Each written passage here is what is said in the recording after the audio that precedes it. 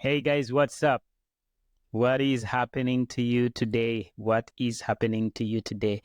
My name is Omofirika Andrew, and I am back. I am back. I want to grow this community. Thank you for those that have watched the videos so far. If you have shared, I am very, very appreciative of that as well. So in today's video, I would like to share some of the reactions and what happened the last time I put up a video. Maybe not the last time, but I'm going to focus on that video that I posted about Ugandan musicians. The video that highlighted Azawi, a very talented young female artist. She was hosted on the space. The topic of discussion was about corruption. I did highlight the remarks of this talented musician, Azawi. But what has happened ever since the sentiments of Azawi gripped the nation? Of course, after Azawi shared her take when it comes to corruption and how it affects the entire country, a disappointment when it comes to the big musicians that find it okay to share in the spoils of misappropriated money. And if you do not know these musicians have a core group that was empowered through federalizing the music industry. And the federation was created.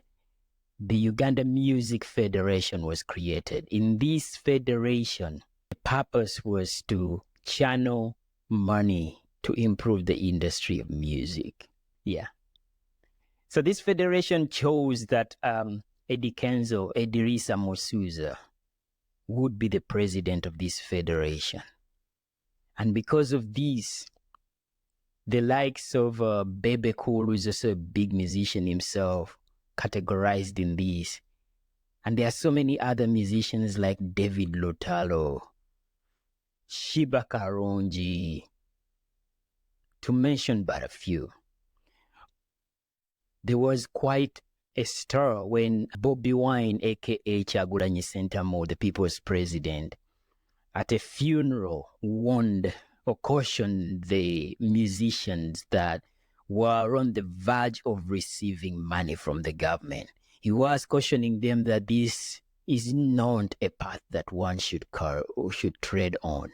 Musicians should be focusing on the copyright law, the policy framework that can help to create an environment that is going to allow their work to become an avenue through which they can earn residual income, starting from the copyright law. He was cautioning them about this, and he washed his hands by saying, you see, in his party, the National Unity Platform, there was a member of parliament who is indeed also a musician, and he is trying to push for the copyright law. Many countries do have these laws that protects the creative industry. Not just musicians, but also film artists. I'm an artist. And it would be very important in helping so many creators to build wealth. The sort of wealth that can be generational. But that is just the backstory. How did they react? How did they respond to Azawi just by her suggesting that it is time for musicians to stand up for justice? It is time for musicians to add their voice when it comes to the fight against corruption. It is time. They owe it to their fans. These are the same fans that are suffering from the predicament of corruption. These are the people, through their hard-earned money, heavily taxed individuals.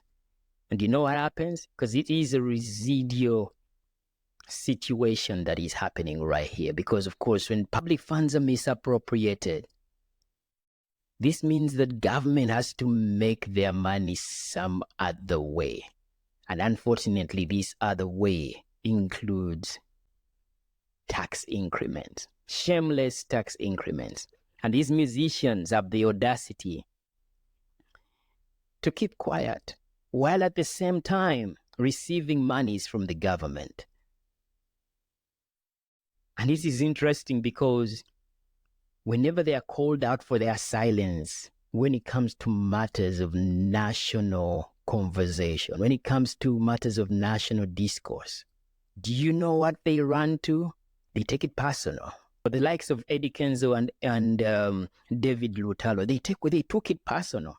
It seemed to them that, oh yeah, Azawi is speaking about their silence, and that disgust to the point that they have the audacity in accepting money from the government instead of standing on business for the sake of a policy framework, an environment, not just musicians, but filmmakers and all sorts of creatives can thrive. Musuza Edirisa, known as Eddy Kenzo, he took it personal. He directed shots at Bobi Wine, the people's president. A man that was not even involved in this in this demonstration, because this Gen Z March to Parliament movement started on social media. It started on Twitter. It started as a conversation in response to what the Kenyan Gen Z were doing for the sake of their country. That is where it started. It is a non-partisan movement. And this is exactly the reason as to why Yoweri Kaguta Museveni and his NRA rebels abolished civic education. Because you see, most dangerous tool, most potent tool in the hand of the oppressor is the mind of the oppressed. That is Steve Biko. I think this is going to be the quote for this channel, because when you look at the people that react in response to the remarks of Eddy Kenzo, the people that are in support of Eddy Kenzo, that are defending Eddy Kenzo and David Lutalo, you come to wonder, what country do we have? The Ugandans deserve to go to the supermarket and find that some of the most affordable items, once affordable items like Voshera, is now, I don't even know how much it is, but someone told me it is more than double the price, more than 3 times the price it once was. And you are telling me that the common man is not affected by politics simply because for you, you are just a musician and there is nothing. I should start a series of videos to educate, to enlighten Ugandans about what made so many musicians legends, like the likes of Lucky Dube, Yvonne Chaka Chaka, Fela Kuti, and of course Bob Marley, the legendary Bob Marley, and many musicians here in the United States that have used their platform for the sake of the common man, for justice, for civic engagement, to enlighten, to educate, to provide an avenue where consciousness can thrive.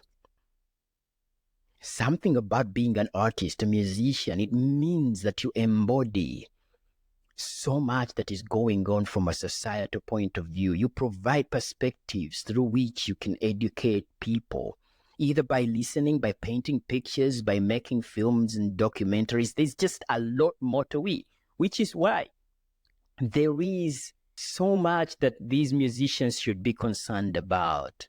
The likes of Chameleon. Your legendary status is only hanging on the thread of how talented you are and the body of work you have. But believe me, as it stands, your legendary status is dwindling in the face of Bobi Wine, for example. Bebe could have nothing to say. I don't think in my eyes I can ever consider him a legend. Despite all the work he has done, I don't think so.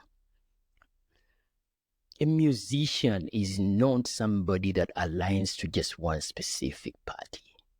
A musician has the consciousness to enlighten, to give people numerous ways of perspectives in which they can engage from a civic standpoint, from a social standpoint, and even from an intellectual standpoint. Believe me, there are so many layers to it.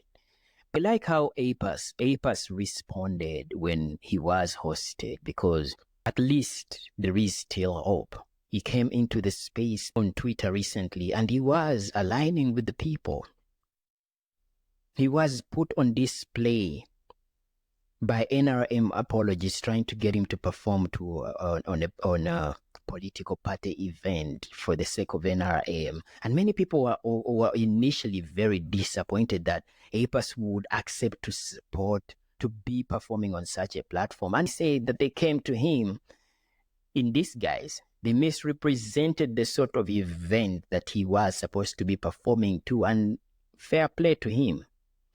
He rejected that offer. He did not perform at the NRM event. And he also reiterated that he won't even perform at a Bobby Wine rally. And I am a supporter of the National Unity Platform, but I respect that.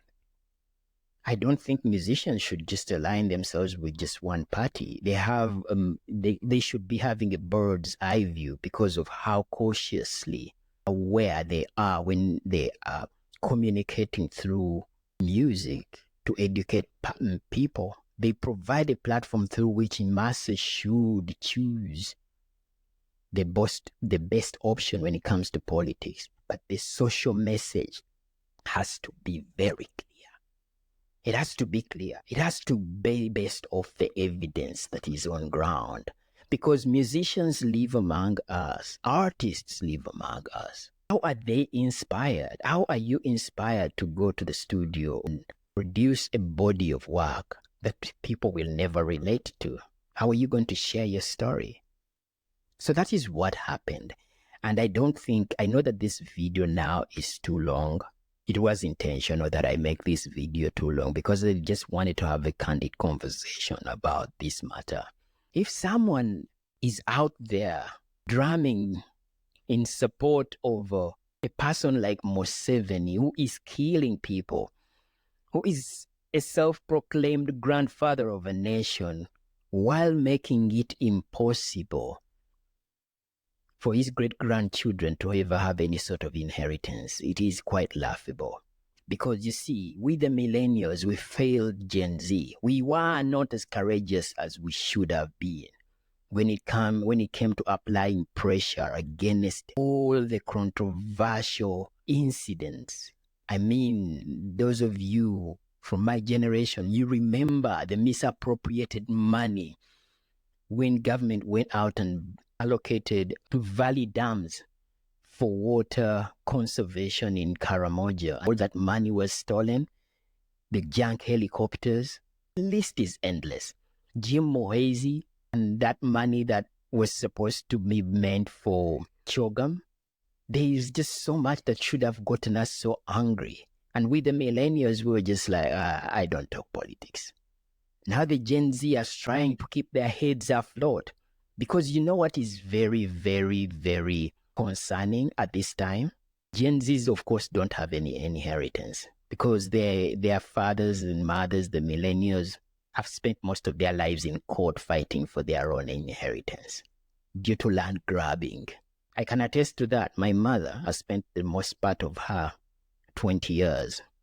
last 20 years, in court, fighting for her land that was passed on from my grandfather.